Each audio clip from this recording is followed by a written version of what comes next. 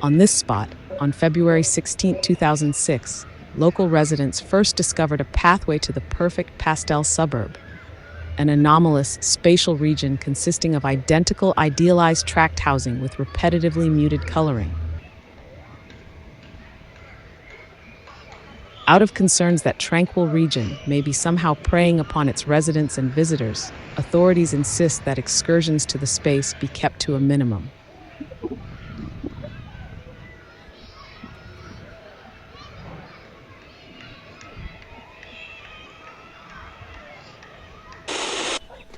How they thought that there were other dimensions, other worlds all around us, and how they wanted to try and make a window, so they could look through and see what's on the other side.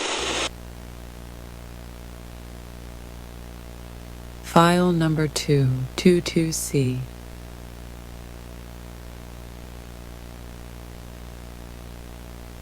February 16th, 2006.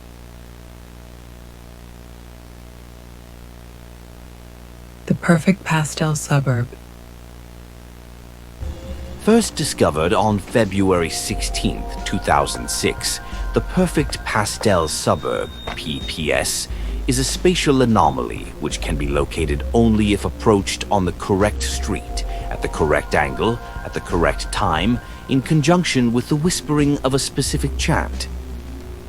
Everything in this neighborhood is perfect, or at least visually perfect. Every house is the same shape and style, each in a different color, all pale pastels. Yard after yard of identical lawns, grass cut to the same length, each yard flaunting a single pink flamingo, each lawn separated by the same length of the same off-white picket fence. It's basically white. It might as well be white, but it's not. It's some other color just next to white, but not quite white, and if you think about it, if you really think about it, it's like there's a tiny little voice inside your head that starts to scream, and slowly the scream grows larger and larger, as if it's threatening to blot out every other thought in your head. And even as you lose yourself in the sound, some part of you wonders, is the scream even coming from you? Or is it just taking place inside you? Anyway, the homes and yards all look the same. That's what I'm getting at. There's a sidewalk. The same sidewalk out front of every house. Every block has a light post. Not that it ever gets dark enough for them to come on. The sky is an unbroken, perfect blue in every corner. The same blue. There is no gradient in the sky. There is no sense of motion, no passage of time.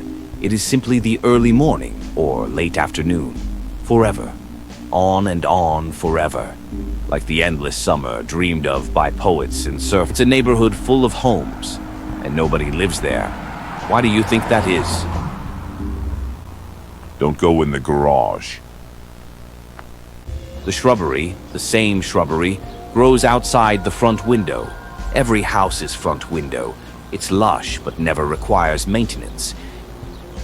It is not growing, but it is alive.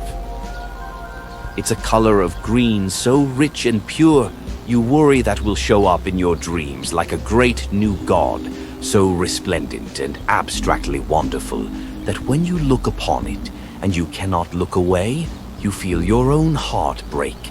Perhaps because the human soul was never meant to behold such brilliance and perfection. In a quiet, solitary moment, you feel yourself start to cry. Stay out of the garage. Each house is painted one of 3 perfect pastel colors. Minty green, peach pink, lemon yellow. The repetition can make you feel a little dizzy when you first arrive. It's best to look down at the ground or up into the sky. If you try to perceive the horizon, there's a good chance that you could lose your balance and wind up hurting yourself or those around you, or members of your immediate family. The house appears to be lit from within, as if a thin film which exists between the house and the exterior paint is glowing. It's a powerful, constant light that makes you feel warm and safe, like sunshine is coming in through the curtain and you're just a little baby all safe and warm, and You've never heard of nothing like rent, or bills, or racist idiots on the internet. You feel safe here, in the presence of these houses. Do not go into the garage. The garage, if you must know, is something else.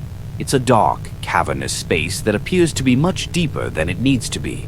It's moist, and the curvature of the region is off-putting. Not at all the structure one would expect for a space commonly reserved for storing an automobile, or perhaps a bunch of cardboard boxes which themselves hold old magazines and clothes nobody will ever wear again. It's dark in the garage. Too dark. But if you squint, you can make out what look like shapes stuck down in the folds of what I guess should be the garage's floor. As you look closer, you can see that those shapes appear to be congealed masses of flesh. Flesh that maybe used to be people. Their limbs and organs now fused together in unusual and unsettling ways. Skin and bone running together like melted wax. Their eyes are still open. Their mouths are breathing, and no doubt they want to scream, but they're too weak now. All they can do is lay there in unholy clumps of living meat, slowly being broken down on a cellular level. to feed the grass and to keep the lights on.